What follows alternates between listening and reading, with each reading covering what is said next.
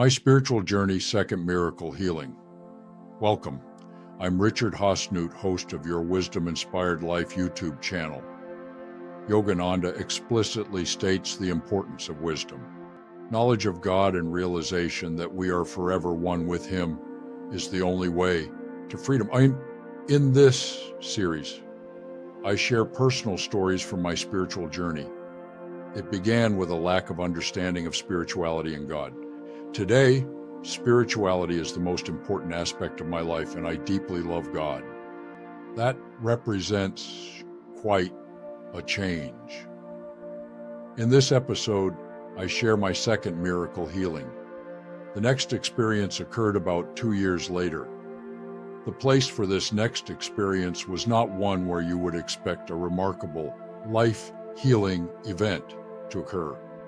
I was attending a week-long training session at the Center for Creative Leadership in San Diego.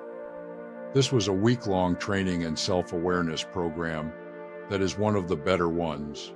There were 23 people in this week's program, and I had never met any of them before coming to the event. On the second day, we went outside for a trust-building exercise.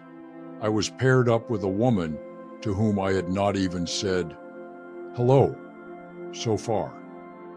In this exercise, she was blindfolded, and my task was to guide her successfully through a maze.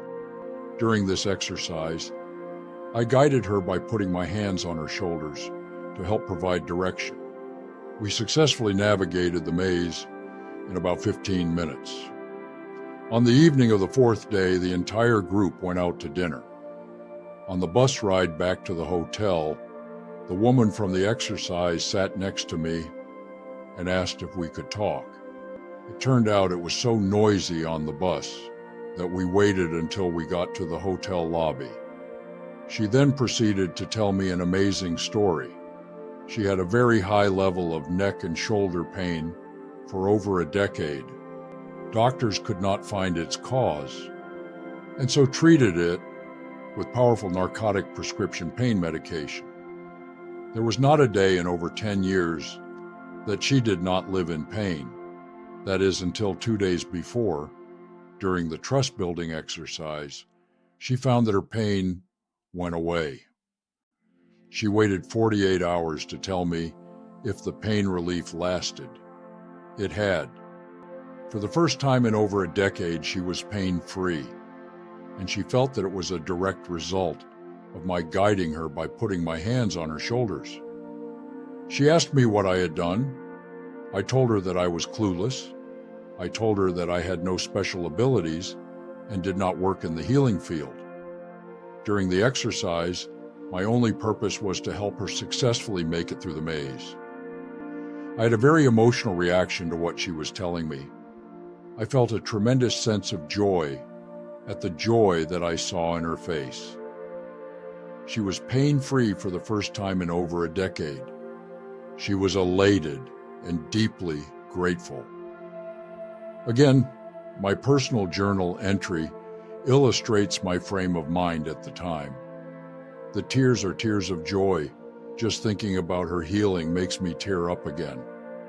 As I sat and listened to her story, it was like the only thing in this busy hotel lobby was her.